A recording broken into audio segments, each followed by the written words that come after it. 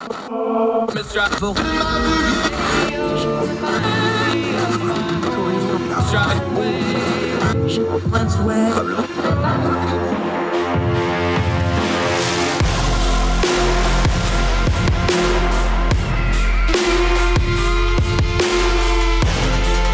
your host, Andrew Donaldson.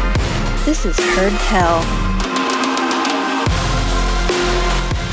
It's Heard Tell Show. It is January the 28th. It's Friday, folks. You made it to the end of the week. I'm Andrew Donaldson. Thank you so much for joining us here on Heard Tell. A whole lot of show to cover, a lot going on to finish off this almost the end of January. We hope you and yours are well wherever you are across the street or around the world. Thank you for taking the time. We're going to end the show on our happy good note. Food, feeding people, feeding souls, a food truck that is going above and beyond. We love food. We're going to touch in on that. There's economic news, the way the economy is covered. We're going to turn down the noise on a screaming headline and put a little context to that. Also, an interesting story about gas. No, not what comes out of the mouth of the talking heads on TV and politicians. We're talking about actual gas, natural gas, like you cook with, like you use your water heater and heat your home with. There's a Stanford study out trying to get people off natural gas and onto electricity, but the way they do it and the way they approach it, we have some questions. We're going to dig into that, dig into what we talked about on the show previously about not all studies are made equal. But first, a tough topic, but a timely topic. We always say this is a partnership between you and us, because if you don't listen, we got no one to talk to.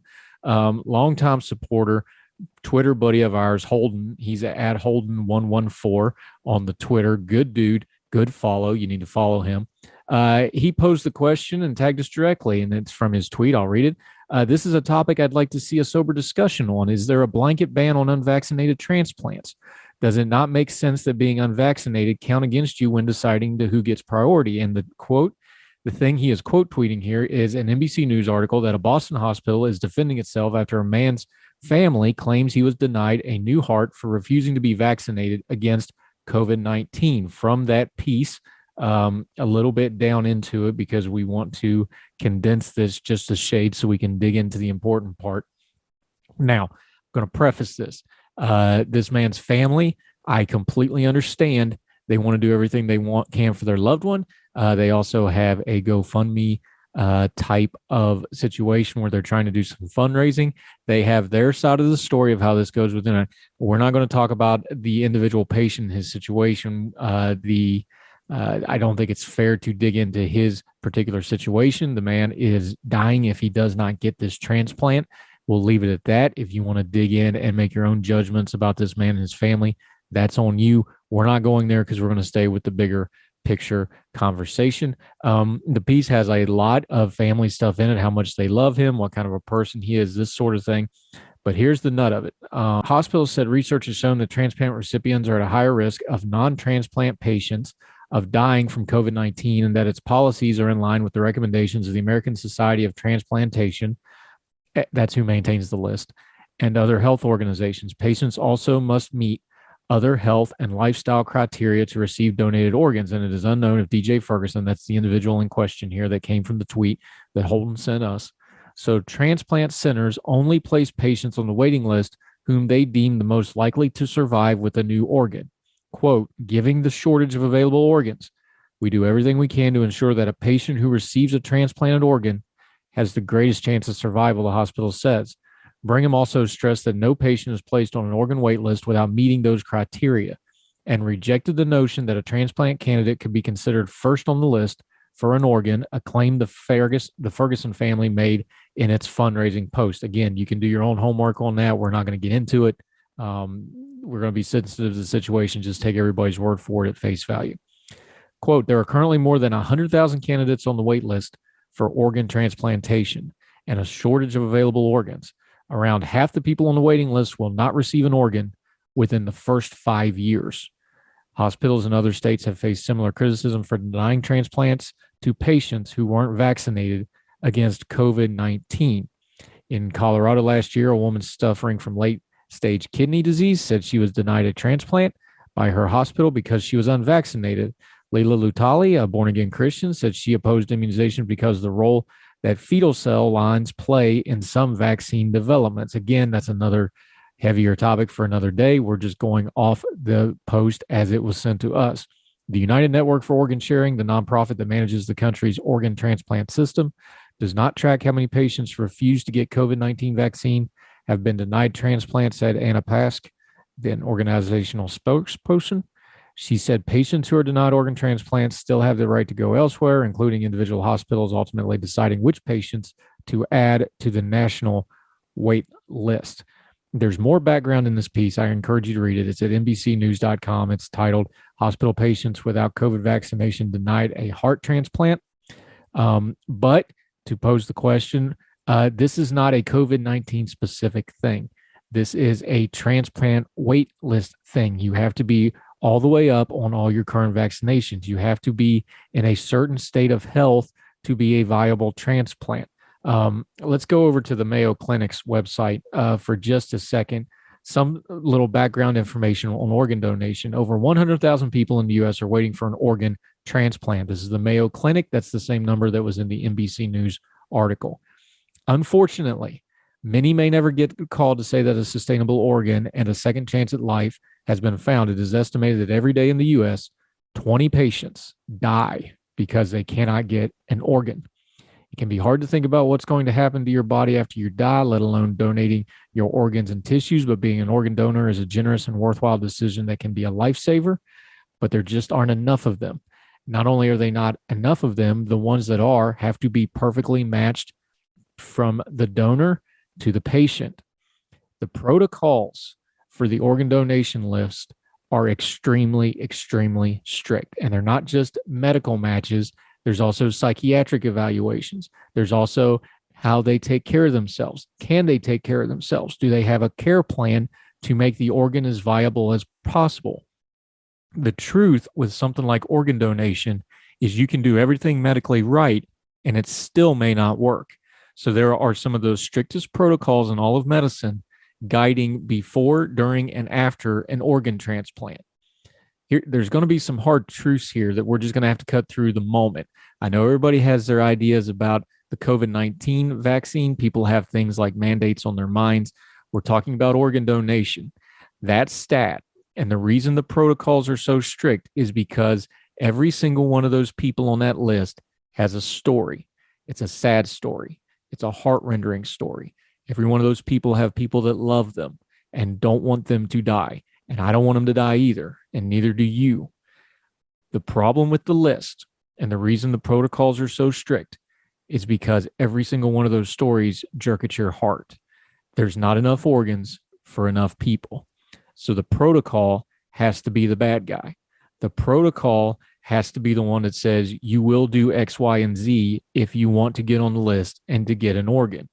And it is extremely strict. Questioning your doctors, not complying with your doctors, not being able to take care and medical advice in a prompt manner is just not going to be tolerated on these lists. That includes the new COVID vaccines in the middle of a pandemic. You can have your opinions on it. That's just the rules. If you cannot follow instructions, they're not going to give you an organ, because then what happens if you get the organ, don't follow instructions, and it doesn't take to your body? Here's the super hard truth of this, and it's an ugly truth. But this is what they're dealing with, and this is why those protocols are so strict. You're not just giving one person an organ and saving their life. You're denying probably quite a few other people, 20 a day, that will die without that organ. There has to be a system in place for who the best candidates are. And it's hard to make those decisions, life and death decisions. So if you cannot follow something simple like a vaccination guideline and question that, they don't have time to fool with you. They're going to move on to somebody else, because there's 20 other people a day that aren't going to be here the next day if they don't get an organ, and most of them will not. I know that's hard. I know that's grown folk talk. I know it's not fair. That's how it is. So is it fair to have a blanket vaccine ban for people that they won't get their organ if they didn't get the COVID-19 vaccine, even if they have legitimate questions? I'll be honest, I don't know if it's fair, but those are the rules. And those are the rules in a business and in a medical environment where they have to make split-second decisions to try to save lives, because those organs, once they take them out, they're only viable for so long. You have to match them. You have to get them where they're going, and you got to get them in the body. They don't have time for the debates that we have online. We should probably have a little bit of humility and leave this one to the experts. And I know we bang on experts, but in this case, they know a lot more than we do. Every single one of those stories is a sad story that renders at your heart. But if you want that organ, you're going to have to follow the rules. It's part of the hardness of life. That's just how it is. We'll do more Heard Tell right after this.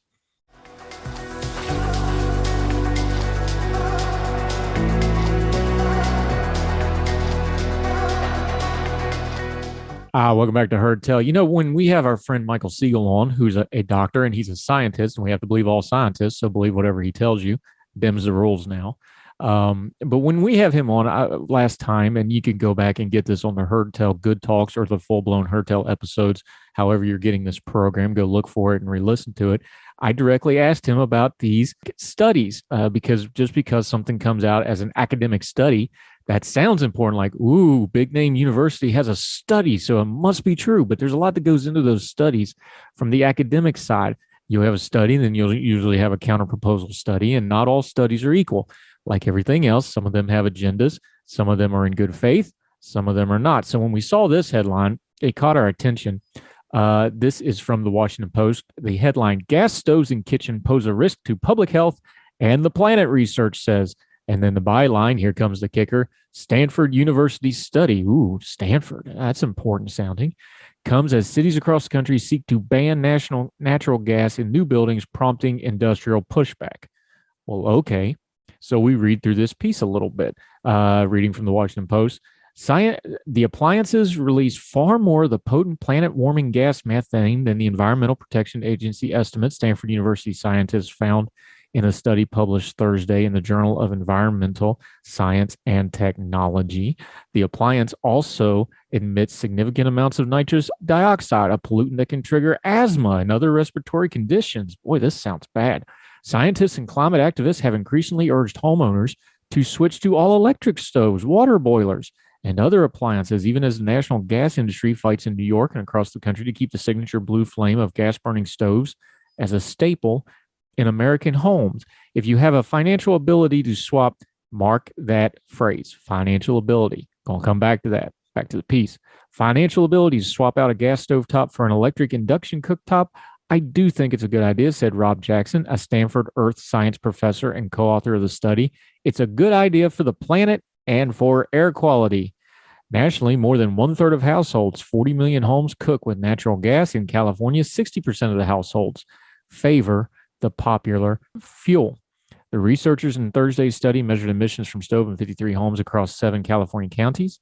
They said the findings to estimate the methane emissions from gas stoves in the United States have a comparable climate impact to about 500,000 gas-powered cars driven for a year, Jackson said. And then there's some other things in here that go into details about the methane. There's also some pushback from some of the representatives from the gas industry. But I want to jump down to the bottom of this article because we have learned what we've talked about. We talk about audience capture. We talk about SEO, search engine optimization, all the stuff they want you to read and they want you to click on is up at the front. All the data you need usually down at the bottom. And well, what do you know? Looky here. If you go down to the bottom of this piece, the way they measured these emissions in these kitchens is they took plastic and plasticed off the kitchens and basically made them airtight centers, and then they measured emissions. The reason I find this a little suspect is because before you cook in your home, you do not plastic off the kitchen.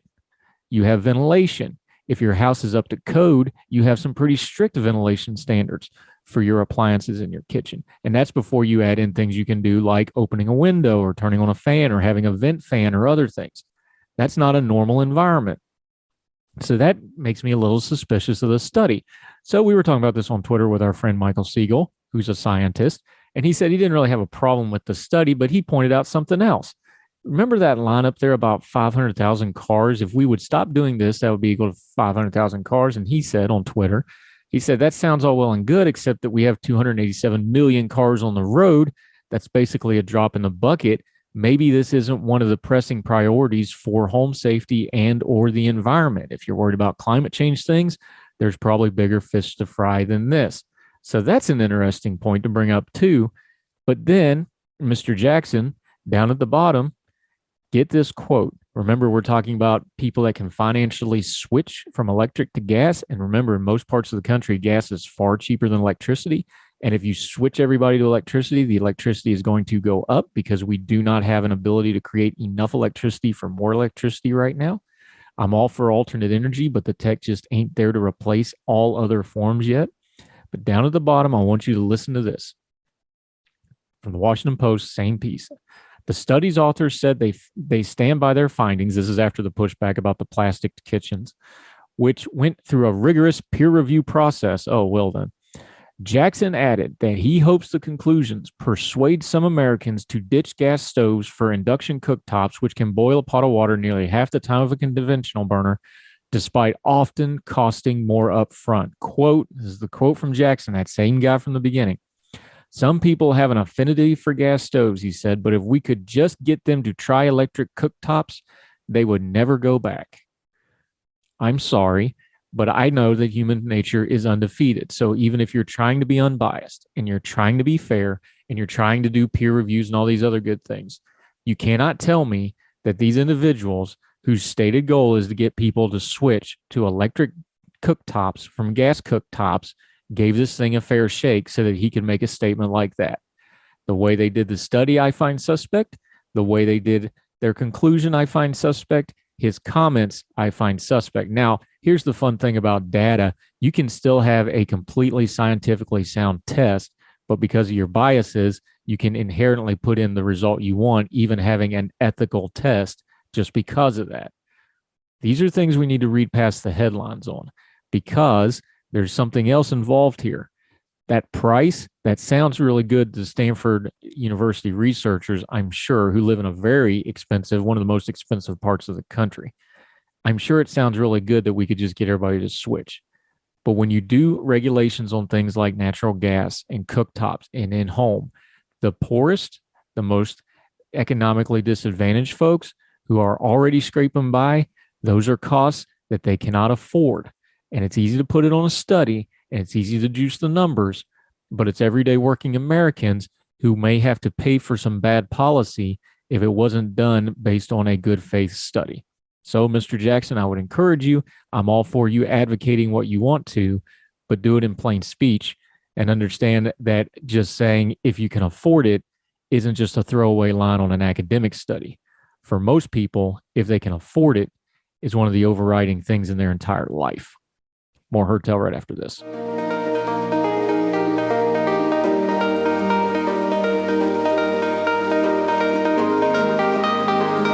Welcome back to Heard Tell. Here's one of those headlines that just drive me nuts when we talk about turning down the noise of the news cycle. CNN Business, the economy boomed in Biden's first year. His second will be harder.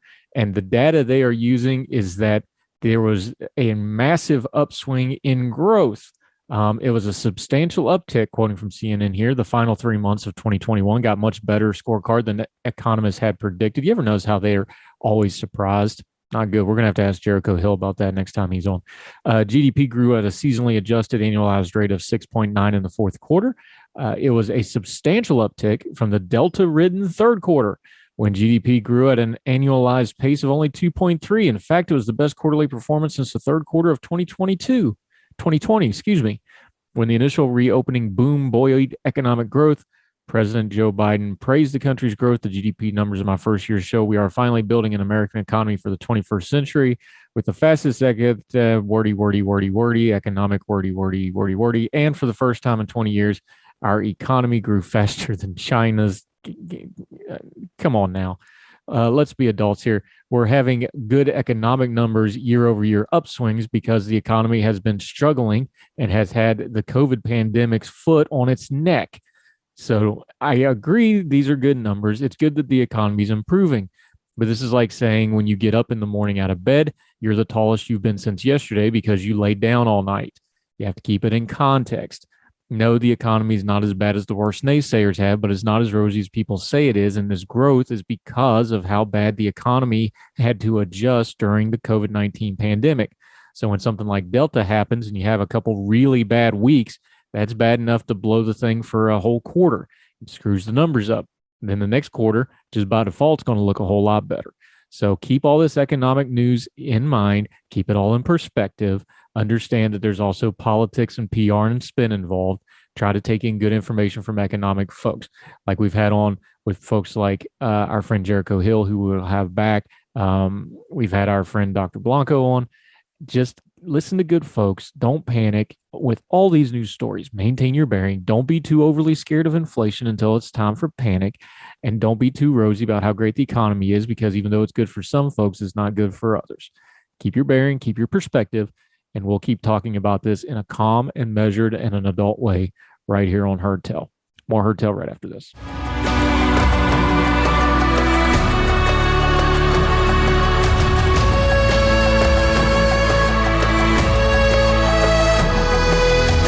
It's our Tell Show. We're back. Another Young Voices contributor. We do love having them and partnering with them.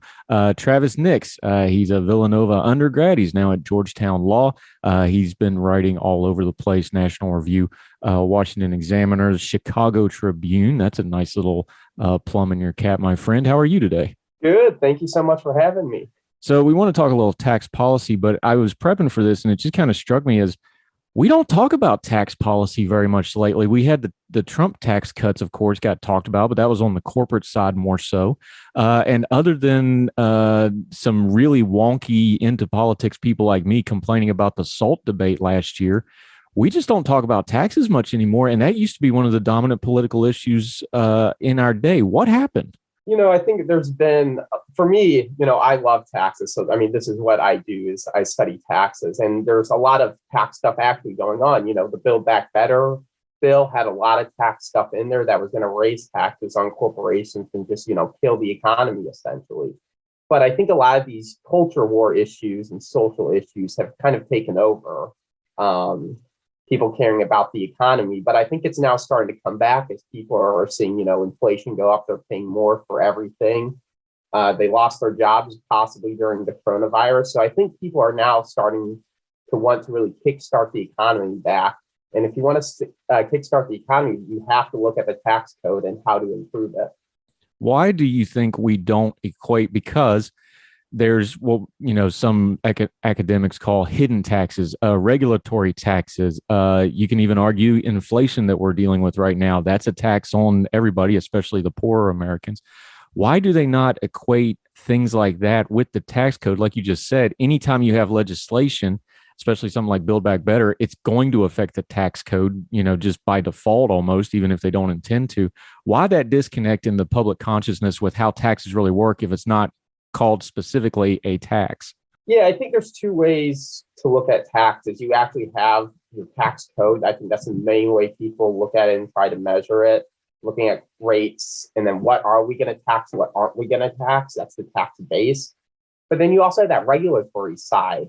A lot of burdensome regulations out there that really hamper people's ability to innovate and improve the economy. But that's a lot more difficult to measure. Economists have gotten really good at basically saying how much a tax cut or increase is going to help or hurt the economy. But for regulatory and all the regulations we have, it's really hard to measure. So I think that's the disconnect there, is taxes are kind of easy to measure versus regulation. The burden that puts on the economy is a lot harder to measure. Yeah, we're talking to Travis Nix, Young Voices contributor. He's at Georgetown Law now. He likes to write and opine on taxes. We're talking taxes today. Let's have a grown folk talk real quick, though. Both the last president, President Trump, the current president, Joe Biden, we have spent gobs of money, trillions and trillions of dollars in money. I understand there was emergencies for COVID and other things. The traditional bylines for the right in America is cut taxes. But with this much spending and this much cost, there's just no way taxes aren't going to go up in the near future at some point, because this is just an untenable position, isn't it? Yeah, basically, as when we have what now is $25 trillion in debt in the economy. Unless we get spending under control, taxes are going to go up, and most likely. And that's going to have real world effects on a lot of people. But as soon as you start raising taxes on corporations, they hire less, they cut salaries, and that's going to hurt a lot of people. So I think it's very important that we get spending under control in Washington so we can continue to cut taxes, continue to grow the economy and stimulate the economy. Because if you don't take care of that spending side, we're going to start to look a lot closer to Europe and how much they pay in taxes. So again, like we were talking about with the tax disconnect, though, there's no public appetite for it. We'll send a tweet or a Facebook post about it every now and then. We'll complain about it on talk radio a little bit about it, but nobody seems to care enough about it to actually make it a political thing where there's any pressure whatsoever on Congress or our other elected officials to actually do anything about things like spending, like accountability, like financial pressures, like the debt. Again, I'll just pose it to you like I did the tax question. Why is that? That's a disconnect where we complain about it, so we know there's a problem, but there's no action being taken on any of it. Because people really love their government benefits. You look at what's driving our budget crisis. It's not defense spending and discretionary spending that Congress actually has control. It's entitlement spending. That's Social Security, Medicare, Medicaid. Those are people, seniors, they have a lot of voting power. They love their government benefits. And so people want to keep their benefits. So that's why you have the disconnect is it's a contradictory position because they love all these government programs, but then they also want to cut taxes. You can't do that. And that's how you have the budget situation that we have now. That's how we got here. People need to realize that we need entitlement reform in this country. We need these programs, if they're going to stick around, they need to be narrowly targeted at the poorest Americans and help them. There's no reason a person who earned a $300,000 salary for his entire career should be collecting Social Security checks. We need to reform these programs so we can continue to get our budget under control and so we can make these economically productive tax cuts. We talk about things like Social Security, like you just brought up, Medicare, Medicaid. Things like Medicare and Medicaid expansion are very popular. So it goes again, another one of those disconnect things you talk about. How much does our tax code and our tax regulation, and frankly, the Byzantine poor way that we administer taxes in this country, play into that problem, though? Because we talk about spending, that's just a big generic term. We have a lot that we just lose in the way that we actually try to get taxes, the way we try to administer taxes. How much does the tax code play into a problem where people are like, we should be able to take care of seniors and people that can't work? We all agree on that. How much does having a bad tax code and bad tax policy actually affect that fiscally, though? Oh, it does significantly. I think one of the biggest problems in the U.S. tax code is our tax base. So that's actually income that we tax. We have a lot of itemized deductions that higher income earners take that are not well targeted, and they don't really do much for the economy. For example, the charity tax deduction. You look at the numbers, a lot of Americans don't get the charity tax deduction, but they donate to charity anyway because we're good people, we have a good country. And so what does the charity tax deduction do? It subsidizes charitable givings for the highest earning income Americans. So that's a whole chunk of tax revenue that we could have that we don't. And then what can we use that tax revenue for? Pay down the deficit or cut taxes broadly for the entire population. And then there's other deductions like being able to write off a mortgage, the state and local tax deduction, which is essentially a blue state tax subsidy. So a lot of Democrat states, they have really high state taxes. And what does the tax code allow them to do? Write some of that off. And I think that's spending, essentially, because that's tax revenue that you aren't collecting. Yeah, Travis Nick's joining us, talking a little tax and economics. Another one of those hidden things that affects taxes greatly. We are looking at the situation now where this also affects all those entitlements you were just talking about. A lot of people are expecting the Fed to raise interest rates this year. Some reports say they might do it as many as 3 times this year. When you're talking taxes, when you're talking entitlements, when you're talking kind of that hardwired spending stuff into the federal government that we're discussing here, those little minor changes have great and rippling effects all throughout both the economy, but also culturally and politically, don't they? Yeah, for sure. I think your biggest problem with interest rates, that's going to increase the interest that we pay on our debt. So that gives the government less money overall to spend. So that I don't think this is going to happen. It could maybe put pressure on politicians to do some entitlement reform. I don't expect that. So we're either going to have discretionary budget cuts and our discretionary spending, which there's not a lot right out there to cut because the money's on the entitlement side. They could raise taxes. That's what the Democrats have been signaling ever since they got full control of the government. Or we could see more deficit spending. Our deficits continue to rise, and we're on a fast track towards a possible budget crisis in the future. Yeah, Travis Nick's joining us. It looks like, before we get back into tax policy, though, President Biden in his most recent press conference announced that he's going to do what everybody said was going to have to happen in the first place. They're going to break up the Build Back Better. You already referenced it earlier. Was there anything I know there's a lot of bad in there, but it's not all. Was there anything in that Build Back Better, if they go to split it up and they start parsing it out, was there anything in there you'd like to see specifically addressed by this Congress? Because it is an election year, so there will be some pressure on them to get something done between now and November. Was there anything in there that, taking out of the bigger mess, that you think should be addressed? Yeah, I think the best provision in there, it's what I've written about recently. It was the full deduction for businesses when they make research and development spending. So for the last essentially years and decades in the US, companies been able to fully write off in the first year all of their research costs, which really stimulates innovation. But this year, in the last year, that expired. So now companies, if they make $100,000 in research costs in 2022, they have to write that full cost off over 5 years instead of in the first year. And that was a provision in the Build Back Better program to reinstate the full write-off. That's a provision I actually like and support because it stimulates research, stimulates innovation, and it does produce jobs and grow the economy.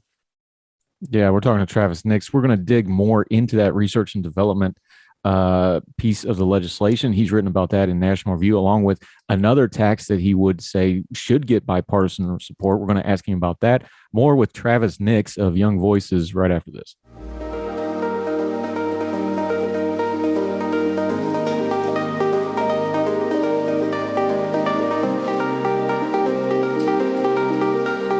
Heard Tell Show. We're back with Travis Nix, Young Voices contributor, has been writing all over the place.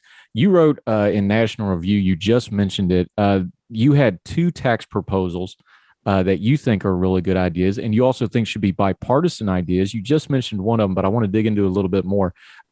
Work off the nomenclature, though. R&D, research and development. You mentioned it. You said this is why it's good, but why is that so important for companies, especially innovative companies where things like tech and manufacturing, where their innovation is running ahead of the regulations? Sometimes it's running ahead of regulatory and tax things. Why is it so important to get that R&D, research and development block money up front for these companies? Because it makes it cheaper to invest in research and development. And I think we've seen throughout last few decades how much the US economy has innovated and changed and how much that's helped people. Wages are rising. That's created numerous new jobs and numerous new companies. And I think it's really good that we need to make it cheaper for these companies to research and come up with these new ideas that improve everybody's standard of living. Also, and you mentioned it in the piece, when these companies that are doing this innovation, those are often the companies that are kind of on the leading edge of things like new hires or new training of new workers and things like that. So this actually has a bit of a blast radius that goes beyond just research and development. Oh yeah, definitely. These are the companies. It's the research and development is one of the fastest growing sectors of the US economy. A lot of new people, when they're getting hired straight out of college or changing careers, are getting hired in this sector. And when companies research really good products that make a lot of money, then they can either expand their businesses and hire new people, or people can invest in these companies and then have some more money for themselves. Yeah, talking to Travis Nix. Now, you said something that would normally in a vacuum be a little controversial about this particular tax proposal. It has long been dogma on the right and in conservative and libertarian economic circles that retroactive tax is bad. Like, the power of Christ compels you get away from us bad. However, you think in this specific case, retroactively enacting this tax would be a good thing. Try to explain that to us. Yeah, so normally retroactive tax cuts are bad because they just subsidize existing behavior and don't encourage new behavior, which is 100% true for if we were to retroactively go back to a full deduction for research costs in 2022. So companies have already made research in January, research costs to a full write-off would subsidize what they did in January and not stimulate new activity. But I think it's very important for these companies that we cut their costs so that they continue to be able to make these economically productive research investments. Because if you don't do it retroactively, everything that they've done in January and February, whenever this gets extended finally, that's going to come with a lot higher costs. And that's going to impact their research abilities years down the line, potentially. All right, you have another proposal in your piece at National Review. We encourage you to go find it. Congress's urgent tax needs for 2022. You can read it for yourself. Please do your own homework, like we always say on this program. Full capital investment deduction. That's a nice big fat word. Explain it to me like I'm five. What are we talking about? Yeah, so this provision's known as full expensing, and what it allows is companies to fully deduct the cost of their capital investments immediately off their income taxes. So these are investments in like machinery, new equipment for employees, and stuff like that. It's basically every investment you can think of other than purchasing a building, essentially. So the reason that this tax proposal is really, really important, it was included in the 2017 tax bill, but it expires at the end of this year. And so we really like this proposal because it encourages companies to invest in their employees, essentially. They're investing in equipment, machines, everything that makes employees more productive. And as we've seen throughout US history, when employees are more productive, their wages go up. One, because they're producing more, that makes them a more valuable employee. And it also empowers them to go up to their boss and ask for wage increases. And all these economically productive investments also increase new jobs. And there are studies out there that this provision could essentially increase GDP by like 4% over the long run. Yeah, let's make that real quick, though, because you said it's in history. People may not understand. Let's take like the steel industry, for example. The steel industry in America got decimated in the 70s because they were still running 40s and 50s equipment in their steel mills, places like Youngstown, places like Pittsburgh, places like Allentown. I know my family was in Youngstown, Black Monday, Youngstown Tube and Steel. They just shut it down because they were running 40s and 50s equipment and never got upgraded. We don't even have the ability to do tooling in America now because we didn't upgrade that sector. So dig into that a little bit more, because I don't think people realize maybe how vital to, especially like manufacturing, especially now that we're talking about tech, we're seeing this now in the ability to make microchips and things like this, how important being able to invest in your own business in machinery and things like that is to industry-wise and the greater economy. Yeah, and especially in America, it's very important because we have huge economic competitors out there in China and in other countries where if we don't allow our employees to have the best equipment, best machines, best stuff, and they're not producing enough, what are companies going to do? They're going to go and offshore these jobs to these other countries that can produce things a lot faster and a lot better than they can in America. So we need to make it as cheap as possible in America for companies to build all this new equipment for employees that they're able to use very productively, which will help them keep their jobs and help them keep their paychecks. Yeah, I'm talking to Travis next. Okay, on the ledger side of business and economy, if this expires at the end of the year, the fiscal year, what would the actual practical effect be? Is it lost jobs? Is it lost innovation? And the thing about this is when we're talking about innovation and machinery, this is things that are projected costs for these companies. These are things they plan out, 3, 5, 10 years ahead of time. What's the practical effect if this lapses? If this lapses, companies are just going to invest less, which is going to have, it's not going to affect people's jobs right away. It's not going to affect their wages right away. What it's going to do is if we extrapolate it over time, over like a next 10-year period, and where we don't have a full capital investment deduction, their wages that they earn is going to be less than what they would have earned without this provision. And there's going to be fewer jobs in the economy. The economy is going to be less productive, and it's going to produce a lot less than it would have if we had a full capital expense deduction. Talking to Travis next. You end your piece with a call for bipartisanship. We understand that it's pretty ugly right now. Again, it's an election year, so there's not going to be a lot of hand holding, kumbaya kind of stuff out of Congress. However, you bring up the fact that there is some of this legislation, especially now that we know that they're going to break up BBB and work at it that way. You say there's room for some bipartisanship. They could work on the R&D deduction that we're talking about. They could work on the capital investment that we're talking about. And they could maybe pair that with other popular legislation like the child tax credit, maybe package some of this stuff together. Do you see a bipartisan path forward here, even with a divided Congress in an election year? I think I do, because I think both sides are going to want to try and get something done. And taxes are just naturally less controversial, less heated than some of these bigger culture war issues.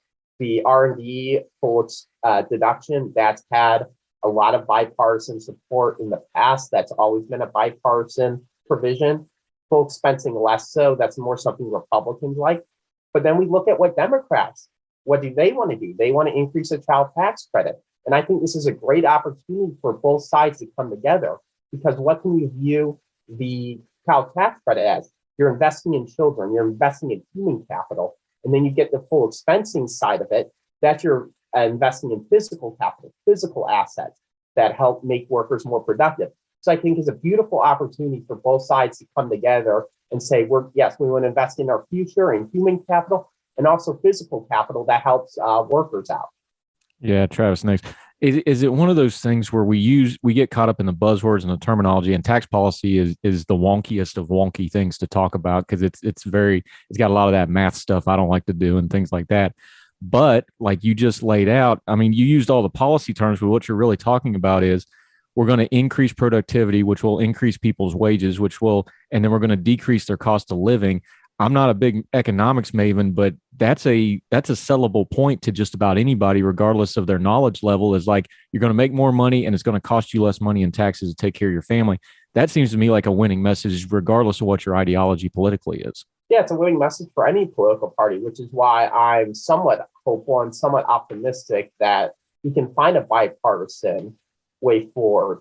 And bipartisanship is so important in tax policy, more so than any other policy, because we need a stable tax code. When the tax code changes every year, every 2 years, every 5 years, that makes it very difficult for families to plan for their future. It makes it different for businesses to plan for their future and what they're going to invest in, who they're going to hire. So it's really important that we have a stable tax code, and that's the direction this country needs to go in. Travis, next, outstanding stuff. A little bit of a deep dive into taxes and stuff, but we need to do that. Again, like we started with, it's not really getting talked about as much as other issues, but maybe we should get back to that. Let folks know where they can find you. You're writing all over the place. Of course, your Twitter feed, things like that, your social media. Let folks know how they can find and follow you, my friend. Yeah, the easiest way to connect with me is on Twitter at tnix113. You can also find me and all my articles on the Young Voices homepage under my name, Travis Nix. Fantastic. And he is one of them bilingual people. He can even do this for us in Spanish, but we won't put him on the spot today for that. Travis Nix, great job, buddy. Appreciate the insight. Looking forward to talking to you again in the future. Maybe later on as they start busting up this Build Back Better bill, we'll talk and get some updates on this. Yeah, great. Thanks so much for having me on. I appreciate your time, sir.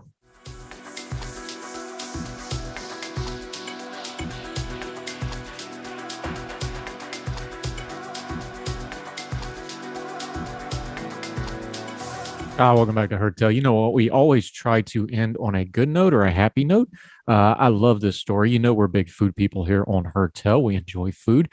We enjoy food that brings people together. It's one of the reasons in the program we always say we not only hope you're well, we hope you're well fed, because those things go together. This is a great story at a UA Travel, ArkansasTraveler.com, UATravel.com. Amid the sounds of worship music and sizzle from a hot grill, echoes of laughter and lively voices fill the air.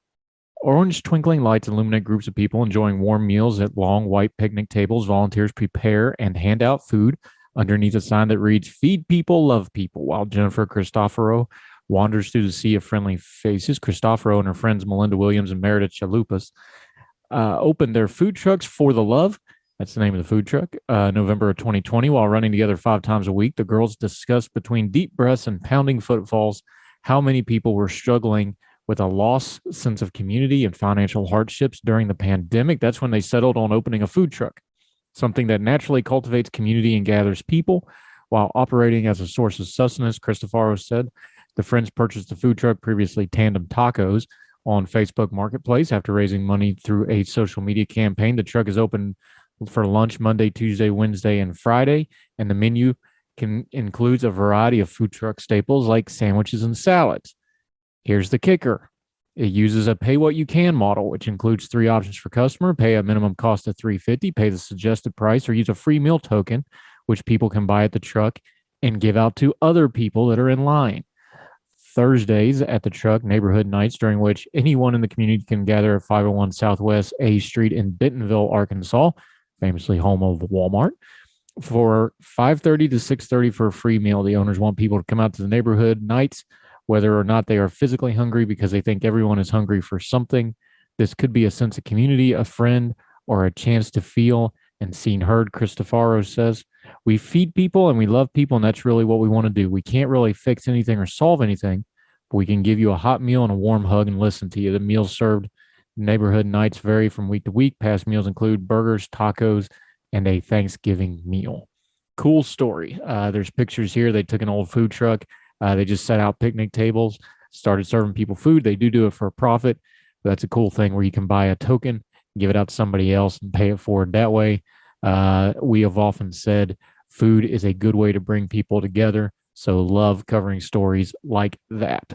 So that's going to do it for Heard Tell. It's Friday. It's the end of the week, so we will be back on Monday. But if you're subscribed on YouTube or on any of the podcasting platforms, there's plenty of Heard Tell to go back through in case you missed anything. Remember, we have 2 different options now. On the YouTube platform, we have the Good Talks playlist. That's just the interview portions of the show. And we have started to add those to the podcasting platforms at all. So when you're scrolling through the podcast service, whichever one you're using, iTunes, Spotify, Google, iHeartRadio, we're on all the major ones, and some that I didn't even know existed until we got put on them. Look for anything marked Good Talks. Those will be the interview portions, and then the full shows of Heard Tell as well. And we appreciate you giving us the most precious thing you have, your time. We will always respect it and try to give you something worthwhile. So in the meantime, wherever you are, across the street or around the world, we hope you're well, hope you're well fed. We'll talk to you tomorrow on Heard Tell. All the music on Heard Tell is provided under a Creative Content license from monstercat.com. Somos la máquina.